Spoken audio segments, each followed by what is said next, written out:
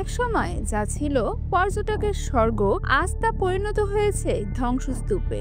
সিলেটের কোম্পানিগঞ্জের এই সাদা পাথর ছিল প্রকৃতির এক অপার দান, কিন্তু মাত্র কয়েক মাসের ব্যবধানে সে সৌন্দর্য আজ বিলীন।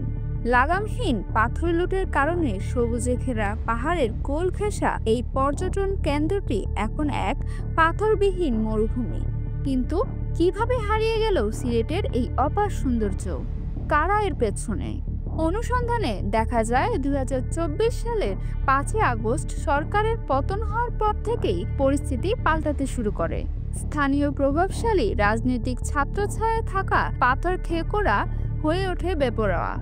দিনরাত ২৪ ঘন্টা ধরে চলে পাথর তোলার মহোৎসব।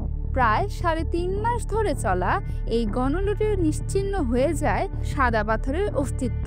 এই ধ্বংসযজ্ঞের কেবল প্রকৃতিই ক্ষতিগ্রস্ত হয়নি, হুমকির মুখে পড়েছে হাজারো মানুষের জীবন জীবিকা।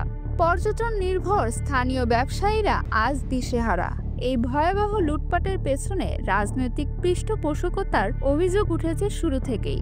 কোম্পানিগঞ্জ উপজেলা বিএনপির সভাপতি শাহাবুদ্দিনের নাম উঠে আসে আলোচনায়, যার জেরে তার দলীয় পদও স্থগিত করা হয়। যদিও জেলা প্রশাসন অভিযান চালানোর কথা বলেছে, কিন্তু তাদের ভূমিকা নিয়ে প্রশ্ন তুলেছেন পরিবেশ কর্মীরা। পরিবেশ উপদেষ্টা সৈয়দা রিজওয়ানা হাসান সিলেটের কোয়ারিগুলো ইজারা না দেওয়ার ঘোষণা দিলেও বাস্তবতা ভিন্ন।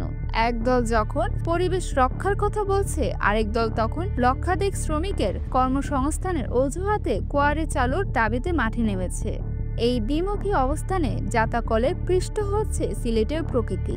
ক্ষমতা বদলায়, কিন্তু প্রকৃতির ওপর এই আঘাত থামছে না।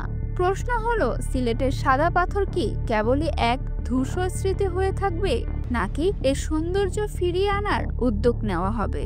পলিটেকো নিউজ, আমি তাসমিয়া বিনতে জামান স্নেহা।